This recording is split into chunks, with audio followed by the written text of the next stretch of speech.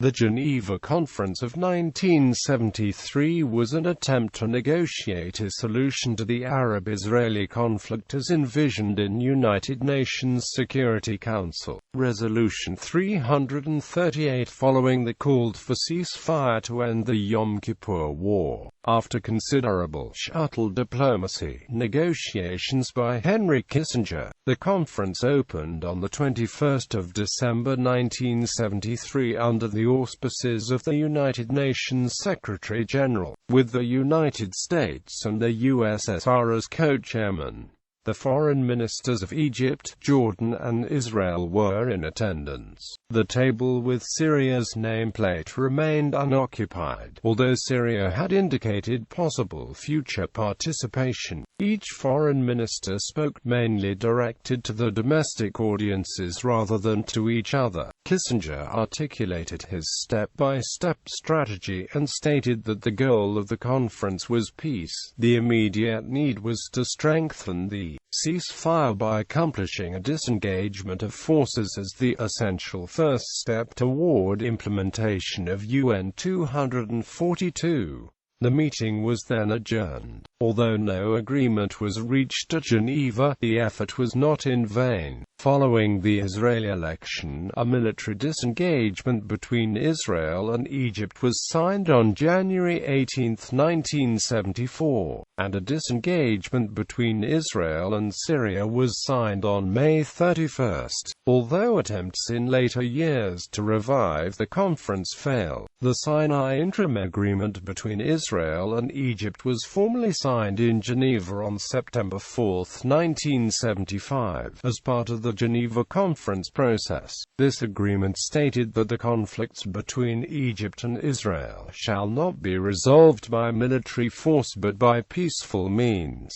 Egypt's goals. By the time of the accession of Anwar Sadat as president, Egypt was disassociating itself from Arab nationalism and from radical regimes in the region. Egypt discouraged the participation of those nations in the Geneva Conference. The Egyptians' primary goal was to win back the territory they lost in 1967 to Israel in the Six-Day War under President Gamal Abdel Nasser. This was the goal during the Yom Kippur War just prior to the conference and the goal during the Camp David Accords in 1978. Palestinian representation issue. The Egyptians, Americans, Jordanians, and the Soviets hoped that, through the conference, some sort of international agreement on the Palestinian problem and on which specific persons would represent Palestinians in international affairs, would be developed. Egypt was in favor of the Palestine Liberation Organization to represent the Palestinians and to join Egypt, Israel, the United States,